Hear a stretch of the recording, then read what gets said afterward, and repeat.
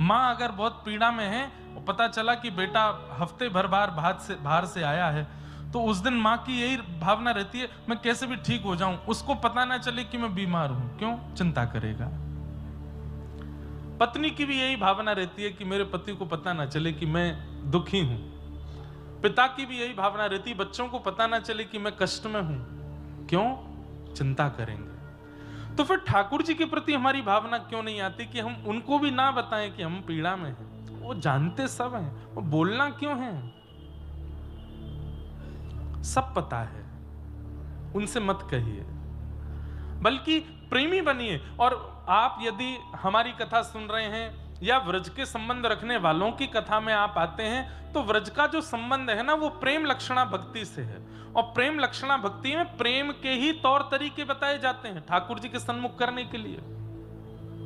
और प्रेम का एक स्वभाव है कि पीड़ा में भी प्रेमी अगर सामने आ जाए तो दूसरा प्रेमी हंसता है, मुस्कुराता है, गाता है, नाचता है, कि उसको पता ना चले कि मैं पीड़ा में। ठाकुर जी सब जानते हैं, वो अविज्ञ हैं, अनविज्ञ नहीं है, सब पता है।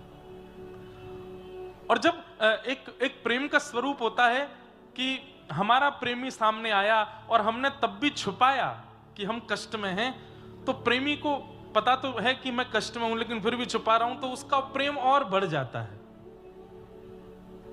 पीड़ा में है लेकिन मुझसे छुपा रहा है, तो वो और प्रेम देते हैं। ठाकुर जी ऐसे प्रेमी हैं। इसलिए एक नियम बना लीजिए कि आज के बाद, अब तो देखो आधे से ज्यादा जीवन तो कई लोगों का निकल गया, कई लोग अभी बढ़ रहे हैं आगे। अब क्यों बताना ठाकुर जी को? बहुत बता लिया ठाकुर जी को, अब मत बताइए। अब बस ठाकुर जी से कहिए, नाथ जैसे भी हैं प्रसन्न हैं, आनंद में। ठीक है, जीवन में उतार चढ़ाव तो सबके लगे रहते हैं। स्वामी विवेकानंद आपके बंगाल की भूमि से पूरे विश्व को ज्ञान दिया। वो कहते हैं अगर एक भी दिन आपका बिना चैलेंज के निकलता है तो इसका मतलब आप जी ही नहीं रहे हो, आप कुछ अच्छा कर नहीं रहे हो। हर दिन आपका बहुत स्मूथ हो गया है, बहुत इजीली आप चले जाते हो, कहीं भी कुछ भी कर लेते हो, तो इसका मतलब है कि आप जी नहीं रहे हो। पर हर दिन एक टास्क है, हर दिन एक पीड़ा है, हर दिन एक संकट सामने आके खड़ा हो जाता है और आप उससे जूझते हो, तो समझो कि आप जी रहे हो। वृक्षित होगा कि नहीं? कई जगह जमीन इतनी ज्यादा योग्य नहीं होती, तो वहां कितने भी बीज बो दो, वहां वृक्ष उगता ही नहीं है। तो वहां पर खाद डाली जाती है, थोड़ा अच्छा किया जाता है, वहां की जमीन को थोड़ा उपजाऊ बनाया जाता है, तब जाकर के वो पुष्पित होती है। वहां पर कोई भी बीज डाला जाए वो फलित हो जाता है। पर आजकल हमारे राष्ट्र में, चाहे पूरे विश्व में, लोगों की हृदय रूपी जो धरा है वो बांझ हो गई है, उसमें ज्यादा पेड़ उगते नहीं हैं। बीज तो बहुत बोए जाते हैं लेकिन उनसे कोई मिलता नहीं। कई बार हमने ही देखा, कथा सुन के गए हैं, कथा सुनने के बाद ही वो ये सब करने लगे जिनके लिए कथा में मना किया गया, जिनके लिए कथा में रोका गया। लड़ रहे हैं, झगड़ रहे हैं, छल कर रहे हैं, कपट कर रहे हैं। अभी एक जगह मेरी कथा थी तो वहां एक माता जी मुझसे बोली, महाराज जी वस्त्र भेजना था, वस्त्र भेजने के लिए पैसे थे नहीं। तो अभी मैं कथा सुना रहा था, चेन्नई में भी एक भगवान के भक्त हुए, रोज ठाकुर जी को वस्त्र भेजते थे, बहुत धनवान थे, अच्छे वाले वस्त्र भेजते थे। एक बार जीवन में ऐसा उतार चढ़ाव आया कि उनके जीवन से धन चला गया। अब वस्त्र भेजना था, वस्त्र भेजने के लिए पैसे थे नहीं, तो सामान्य सा वस्त्र भेज दिया। बोले मेरा नियम हो जाएगा पूरा वस्त्र भेजने का। तो बिल्कुल ऐसा कपड़ा भेजा जिसको ठाकुर जी की सेवा में क्या पोंछा में भी यूज नहीं किया जाए, लेकिन नियम था, धन है नहीं तो सामान्य वस्त्र भेज दिया। सर्दियों का समय, ठाकुर जी कंबल ओढ़ के बैठते हैं, आगे कोयले की सिगड़ी तापते हैं। ठाकुर जी को रात्रि में शयन करा करके गुसाई जी गए, सुबह मंगला में आकर के देखा तो ठाकुर जी की कटकटी चल रही है, दांत जोर जोर से ऐसे ठाकुर जी कांप रहे हैं।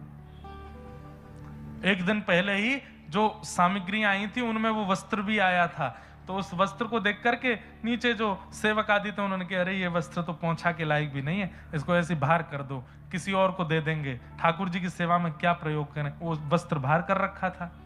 अगले दिन जब मंगला में ठाकुर जी देखे तो ठाकुर जी के दांत बज रहे थे जोर से।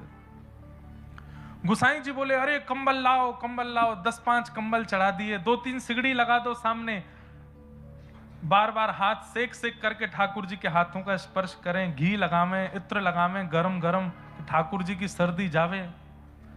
ठाकुर जी की सर्दी नहीं गई।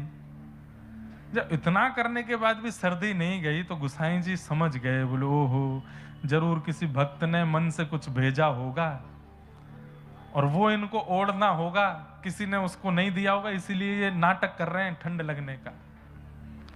सेवकों को बुलाया, क्यों कल कुछ वस्त्र आए थे क्या? बोले हाँ, कहाँ है? सब दिखाए। बोले इनमें से कुछ हटा दिए थे? कहा हाँ, 1-2 कपड़े थे वो ज्यादा बढ़िया ठाकुर जी के योग्य नहीं थे, वो बाहर के। बोले वो कहाँ है? वो तो हमने रसोई घर में रख दिए कि पोंछा मोछा के काम आएंगे। बोले वही लाओ। उन कपड़ों को लाए और जैसे ही वो कपड़ा ला करके ठाकुर जी के चरणों पर रखा, इतने में ठाकुर जी बोले, मुंह तो पसीना आ रहे हैं बहुत जोरते, सबरे कंबल हटाओ, इस सगड़ी हटाओ सामने से, गर्मी लग रही है बहुत जोरते। क्यों? ठाकुर जी को सर्दी नहीं लगती, ठाकुर जी को गर्मी नहीं लगती, ठाकुर जी को प्रेम लगता है, ठाकुर जी को भाव लगता है, ठाकुर जी को भूख नहीं लगती। वो उनको आप पवाओगे, आप खिला सकते हो उनको? नहीं, ठाकुर जी को केवल प्रेम चाहिए, केवल भाव चाहिए। और वो प्रेम भाव कैसे भी हमारे चित्त में निर्मित हो जाए और हम उसको प्रस्तुत कर दें उनके आगे, उसके लिए तो हम कथा सुन रहे हैं, कि हमारा मन वैसा बन जाए कि हम भी कुछ प्रस्तुत करें, कर्मा जैसा, जयदेव महाप्रभु जैसा, ताकि हमारा भी वो भाव। ठाकुर जी की सेवा के प्रारूप में गरीबों की सेवा, कन्याओं के विवाह आदि आदि सब सेवा क्रम करते हैं, पर इन सब से ठाकुर जी प्रसन्न होते हैं, इसका प्रमाण क्या है? क्या ठाकुर जी की प्रसन्नता का प्रमाण क्या है? आपकी सेवा से ठाकुर जी प्रसन्न है। तब कहते हैं, कहीं सत्संग चल रहा हो, कहीं कथा चल रही हो, कहीं कोई वैष्णव जन बैठकर के कीर्तन कथा का गान कर रहे हो और आप एक क्षण के लिए रुके और वहां बैठकर के उस कथा कीर्तन को सुनने लगे और सुनते सुनते सुनते सुनते कब पूरा समय निकल गया आपको पता ही नहीं चला। इतनी इच्छा और इतनी रुचि भरी उस कीर्तन कथा में कि कब समय निकला पता ही नहीं चला। आपको अपने शरीर का भी भान नहीं हुआ, दर्द का भी भान नहीं हुआ, भूख प्यास भी नहीं लगी, बस कथा में रम गए। समझ जाओ, ये प्रमाण है कि आपकी सेवा से ठाकुर जी प्रसन्न। हर महीने जगन्नाथ, अभी 1 घंटे की और है कथा, तो अभी है, यही प्रमाण।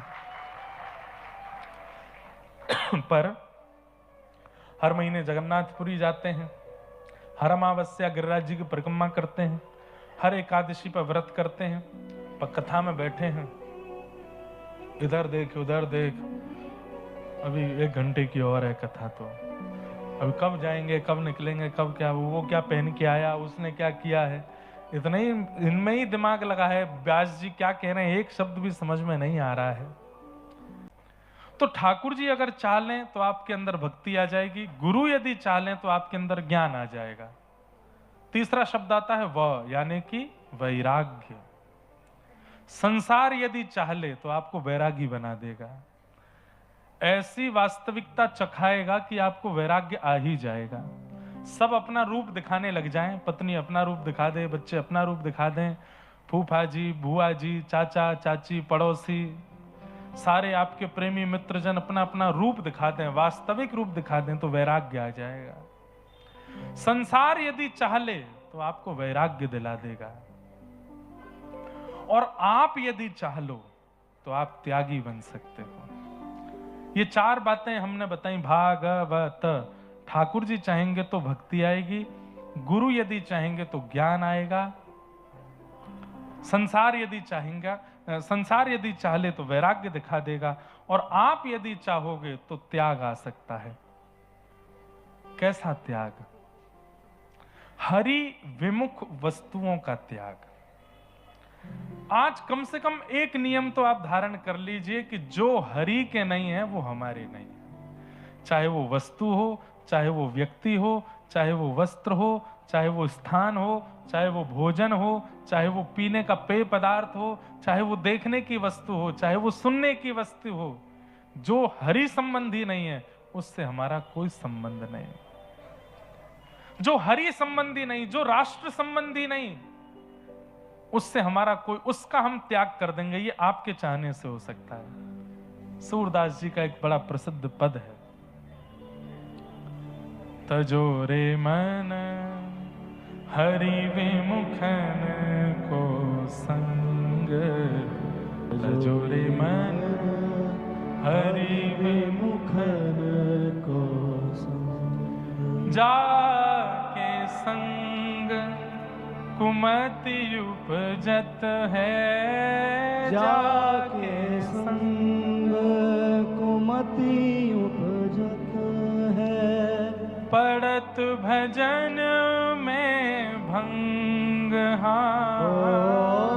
पड़त भजन में भंग, तजोरे मन हरि विमुखन को संग, तजोरे मन हरि विमुखन को संग। उस मित्र का त्याग कर दीजिए जो कथा सुनने से रोकता हो।